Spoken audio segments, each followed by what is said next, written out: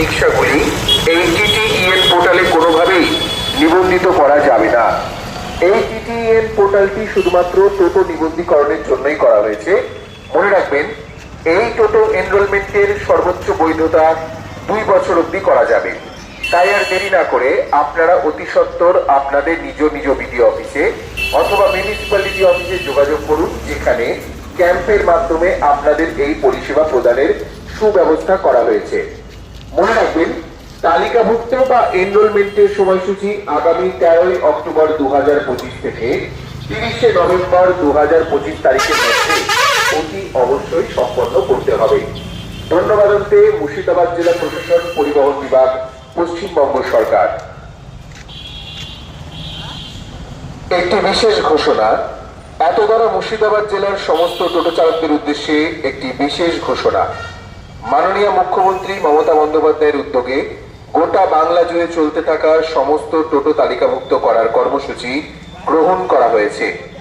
এই উদ্দেশ্যে চালু করা হয়েছে টেম্পোরারি টোটো এনরোলমেন্ট নাম্বার বা টিটিইএন পোর্টাল। সুতরাং অবিলম্বে আপনার টোটো tteenwb.in পোর্টালে নিবন্ধন অর্থাৎ তালিকাভুক্ত করুন। বিশেষভাবে উল্লেখ্য, এক্ষেত্রে আইসিএটি অথবা ARAI অনুমোদিত ই রিক্সাগুলি এই টিটিইএন পোর্টালে কোনোভাবেই নিবন্ধিত করা যাবে না।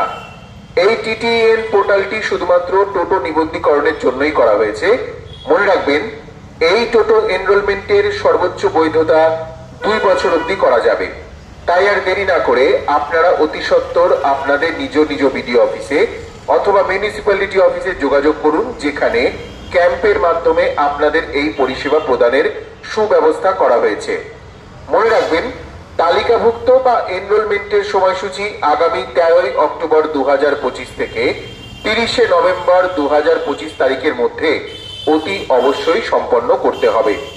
ধন্যবাদ অন্তে মুর্শিদাবাদ জেলা প্রশাসন, পরিবহন বিভাগ, পশ্চিমবঙ্গ সরকার।